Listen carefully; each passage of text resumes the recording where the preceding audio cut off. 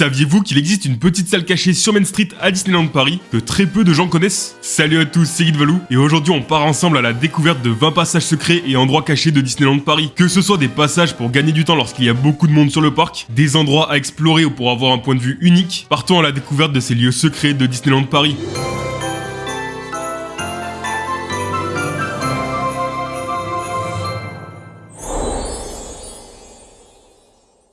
Je vous ai gardé pour la fin de la vidéo l'endroit caché le plus incroyable de Disneyland Paris où je me rends tout le temps car personne ne le connaît.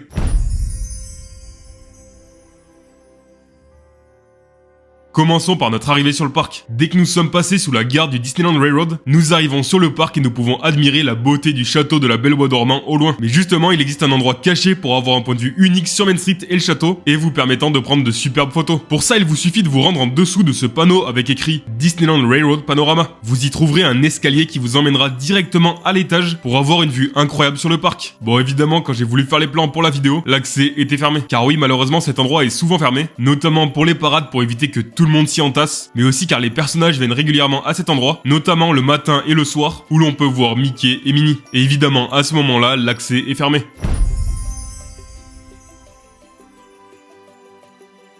On continue notre chemin sur Main Street, mais justement, en temps normal, on se dirige automatiquement vers la rue principale pour profiter d'une vue magnifique sur le château, mais aussi de l'ambiance de Main Street avec ses musiques, ses boutiques, ses restaurants et ses décorations pour Halloween et Noël. Mais là, on va plutôt se diriger vers la gauche de l'avenue, vers ce panneau Liberty Arcade. Beaucoup les connaissent, et on retrouve deux passages sur les côtés de Main Street qu'on appelle des arcades. On s'intéressera à celle de droite plus tard dans la vidéo, mais ces passages ont plusieurs utilités. Déjà, lorsqu'il pleut, c'est très agréable de pouvoir se diriger vers Liberty Arcade pour être à l'abri. En plus, on a accès à toutes les boutiques depuis l'intérieur, encore une fois sans avoir à affronter la météo capricieuse de la région parisienne. En plus de ça, Liberty Arcade possède de superbes décorations que vous pouvez admirer en vous baladant, et cette allée vous permet surtout de pouvoir gagner un temps fou si vous voulez vous diriger vers Frontierland et qu'il y a beaucoup de monde sur Main Street pour la parade par exemple. Et d'ailleurs, on retrouve dans cette arcade une belle salle cachée.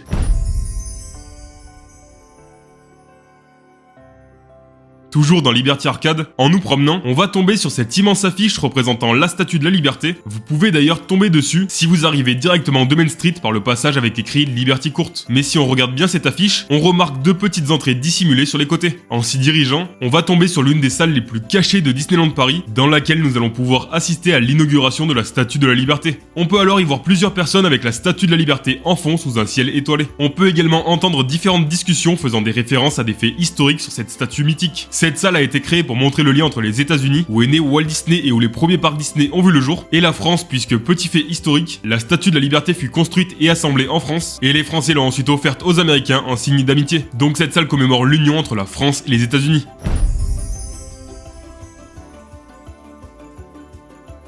Quand on arrive au bout de Liberty Arcade, on a le choix entre se diriger vers Central Plaza pour voir le château, ou alors nous diriger vers notre gauche vers l'un des meilleurs passages secrets du parc. En effet, ce petit passage nous emmène directement à l'entrée de Frontierland. Vu comme ça, il ne paye pas de mine, mais personne n'utilise ce passage car très peu de gens le connaissent, ce qui vous permettra de gagner énormément de temps si vous voulez vous diriger rapidement vers Big Thunder Mountain par exemple, alors que tout le monde fera le tour par Main Street, le château, puis Frontierland. Donc vraiment, le combo entre Liberty Arcade et ce passage secret est un gain de temps incroyable, notamment quand il y a la parade et que les trottoirs de Main Street sont bondés.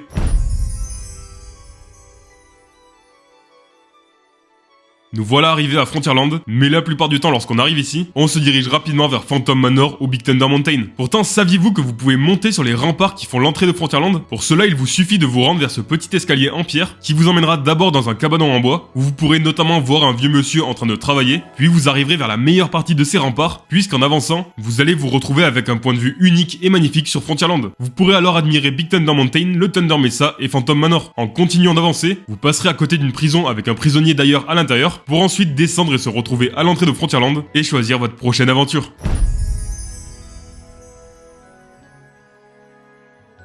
Notre prochaine aventure se déroulera vers Phantom Manor. En effet, je pense que beaucoup d'entre vous sont déjà entrés à l'intérieur de ce manoir abandonné, qui, comme vous avez pu le voir, ne l'est finalement pas du tout. D'ailleurs, si vous voulez connaître l'histoire complète de ce manoir et tous ses secrets, j'ai fait 2 vidéos à ce sujet. Mais ici, nous allons plutôt nous diriger derrière le manoir en le longeant par la droite. Et oui, si vous ne le savez pas, derrière Phantom Manor, on trouve le cimetière de Disneyland Paris. Dans cet endroit plutôt caché où très peu de gens se rendent, vous pourrez découvrir différentes tombes et même peut-être des phénomènes étranges comme entendre un cœur qui bat. Vous verrez d'ailleurs les tombes des propriétaires des lieux, Henry et Martha Ravenswood. Vous aurez aussi une superbe vue sur les geysers derrière le manoir et une vue unique sur Big Thunder Mountain. Un petit endroit caché à visiter et de préférence de nuit.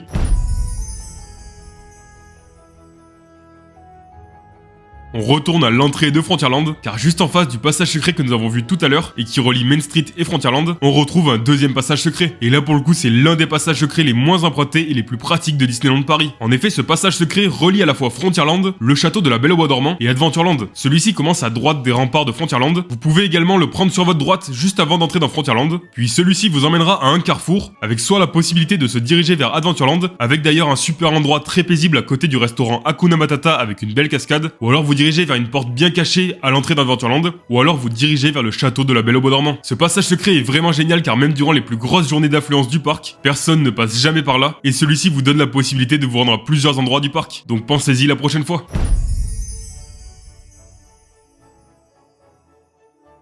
Nous voilà donc arrivés à l'entrée d'Adventureland grâce à notre passage secret, et nous nous retrouvons face au Agrabah Café. Mais juste sur notre droite, on retrouve un passage avec écrit le passage enchanté d'Aladin. Il s'agit en réalité d'une attraction de Disneyland Paris, mais tellement peu connue que personne n'y va jamais, ce qui en fait un petit endroit caché. En entrant à l'intérieur, vous pourrez voir les scènes les plus mythiques d'Aladin en miniature à travers différentes vitrines. Cette petite balade est très sympa à faire au moins une fois pour pouvoir profiter de ces beaux décors.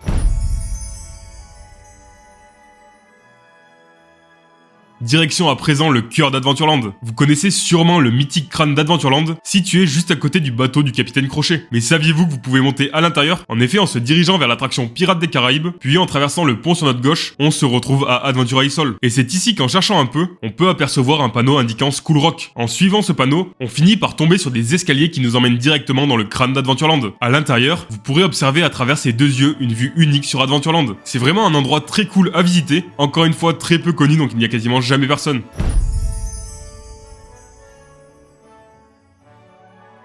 Restons à Adventure Isle. Et oui, si vous vous êtes déjà promené dans cette partie de Disneyland Paris, vous savez à quel point ce lieu renferme plein de petits endroits cachés et passages secrets. De quoi s'y perdre même. Et justement, en sortant du crâne, on peut tomber sur un panneau indiquant Kill All Caverns, ou un autre indiquant Davy Jones Locker. En suivant ces panneaux, nous allons plonger dans une grotte sombre. À l'intérieur, on retrouve de magnifiques formations dans la pierre, donnant une ambiance incroyable. Et si on se perd à l'intérieur de cette grotte, où l'on peut d'ailleurs entendre un certain Davy Jones jouer de l'orgue, nous allons finir par tomber sur un trésor qui semble être ici depuis de nombreuses années.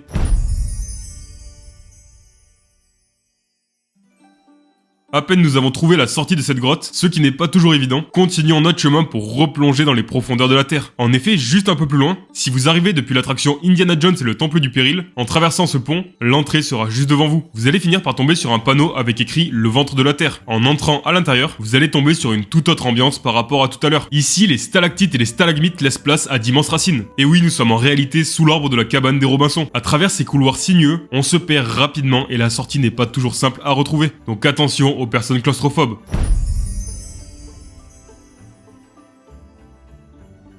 On va maintenant prendre la direction de Fantasyland pour une toute autre ambiance bien plus magique. En effet, si vous êtes déjà allé à Disneyland Paris, vous avez forcément pris une belle photo devant le château. Mais êtes-vous déjà entré à l'intérieur? Et saviez-vous même que l'on peut monter à l'étage du château? En effet, une fois à l'intérieur de celui-ci, vous allez trouver un petit escalier en pierre avec à son entrée un beau livre de la Belle au Bois dormant. En montant ces marches, on se retrouve au premier étage du château où nous pouvons revivre l'histoire de la Belle au Bois dormant avec de magnifiques vitraux et des livres ouverts pour raconter cette histoire. On retrouve évidemment de magnifiques décorations un peu partout rendant le château encore plus beau. Vous pouvez ensuite vous rendre sur la terrasse du château pour avoir un point de vue unique sur Fantasyland et notamment sur le carrousel de Lancelot.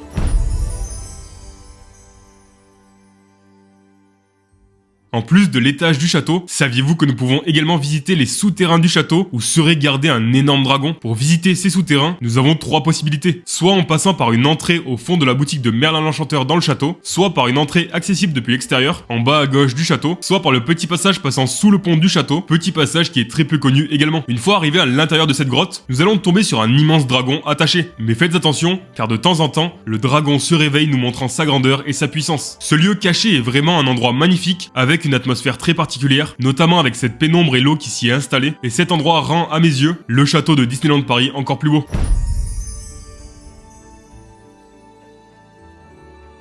On reste autour du château, mais cette fois-ci plutôt sur son côté droit. À cet endroit, nous allons pouvoir trouver de petites ouvertures avec un passage descendant vers le théâtre du château. Ce passage est un peu un passage secret car encore une fois, très peu de gens le connaissent, et pourtant celui-ci nous donne un point de vue unique sur le château pour changer de la classique photo juste en face, et cet endroit est très agréable pour s'y promener puisqu'on retrouve même un petit puits à côté duquel il est possible de prendre une superbe photo avec le château en fond et sans le monde que l'on retrouve juste devant le château. Et ce petit passage finit par nous amener juste à côté du théâtre du château. Encore un petit passage secret très sympa.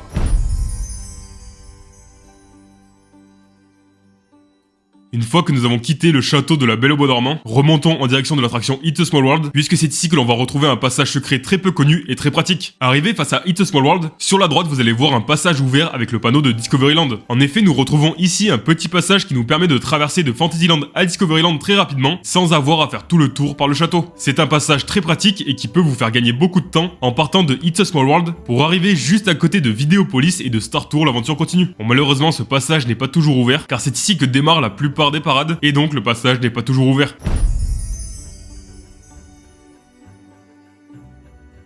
Justement, tant qu'on est à Discoveryland, je voulais vous parler d'une petite salle cachée qui est parfaite si vous avez besoin de vous reposer quelques minutes durant votre journée, tout en faisant charger votre téléphone. En effet, en remontant de Star Tour vers le centre de Discoveryland, au niveau de Videopolis, si vous entrez à l'intérieur, vous allez retrouver une petite salle avec un ciel étoilé et où vous retrouverez des bornes avec des batteries externes, payantes malheureusement. Mais cet endroit est très calme, donc parfait pour se reposer quelques minutes durant votre journée.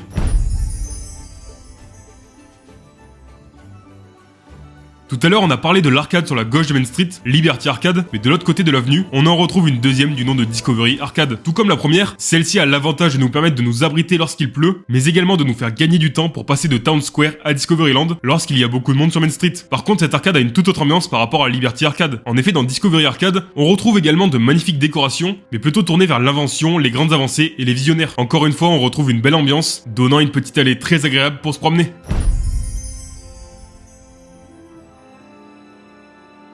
Direction maintenant les Walt Disney Studios pour découvrir une salle cachée incroyable et un petit passage secret bien pratique avant de retourner sur le parc principal avec le meilleur pour la fin. Une fois arrivé au studio, lorsque nous sommes face à la Tour de la Terreur, prenons sur notre droite en direction de Animation Celebration. Lorsque nous entrons dans ce bâtiment, nous allons nous retrouver face à une affiche avec écrit Toy Story Zoetrope. Et comme pour la salle cachée dans Liberty Arcade, on retrouve deux petites entrées dissimulées sur les côtés. Et si on entre à l'intérieur, on peut découvrir une vitrine dans laquelle on retrouve des centaines de figurines représentant les personnages de Toy Story avec Woody, Jessie, Buzz l'éclair, Pile-Poil, Siffly, les aliens et les petits soldats verts. Cette plateforme se met alors à tourner de plus en plus vite, puis un stroboscope se lance, nous permettant de voir une animation se créer sous nos yeux, avec tous les personnages réalisant différents mouvements en boucle. Cet effet est vraiment impressionnant et super sympa à voir, mais évidemment la vidéo donne un très mauvais résultat. Mais allez y faire un tour lorsque vous êtes au Walt Disney Studios, vous verrez que c'est très impressionnant à voir et assez amusant de se concentrer sur chaque personnage.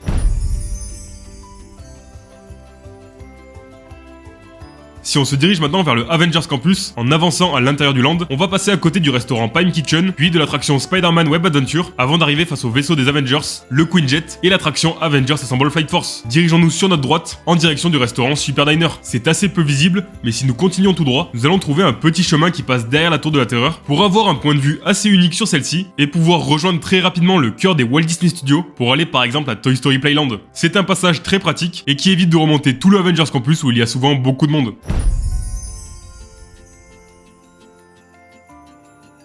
Pour terminer cette vidéo, je vais vous parler d'un endroit caché que très peu de gens connaissent, à part si vous me suivez sur Instagram, et qui est pour moi l'un des plus beaux endroits de Disneyland Paris, avec une vue magnifique. Pour y aller, il faut qu'on retourne sur le parc Disneyland en direction de Frontierland. Une fois dans le land, dirigez-vous vers le premier bâtiment en face de vous, où se trouve le stand de Rustler Roundup Shooting Gallery. Sur la gauche du bâtiment, vous retrouverez un petit passage qu'il faut suivre pour arriver sur un petit ponton en bois, au bord de cette belle rivière avec la sublime île de Big Thunder Mountain au milieu. Ici, vous pourrez profiter d'une vue magnifique sur Big Thunder Mountain, le Thunder Mesa et Phantom Manor pour prendre de magnifiques photos et vidéos. En plus, comme je vous l'ai dit, il n'y a jamais personne ici et vous pourrez profiter de cet endroit calme où seul le bruit du train de Big Thunder Mountain viendra rompre ce silence. C'est vraiment un endroit que j'apprécie particulièrement, voire l'un de mes endroits préférés de Disneyland Paris. J'espère que cette vidéo vous a plu. Si c'est le cas, n'oubliez pas de vous abonner et d'activer la cloche pour ne rater aucune de mes vidéos. Et n'hésitez pas à me laisser un petit pouce bleu et à me dire en commentaire si vous connaissiez déjà certains endroits. D'ailleurs, cette vidéo fait partie du calendrier de l'Avent que j'ai créé, dans lequel je vous sors une nouvelle vidéo par jour jusqu'à Noël. On arrive bientôt à la fin, mais il reste encore plusieurs vidéos très sympas et vous pouvez aller voir toutes celles qui sont déjà sorties. Par exemple, hier on est parti à la découverte des 10 plus gros projets d'attractions abandonnés de Disneyland Paris et demain je vous dévoilerai les secrets de l'attraction Star Tour. Donc moi je vous dis à demain, c'était Guy Valou, ciao.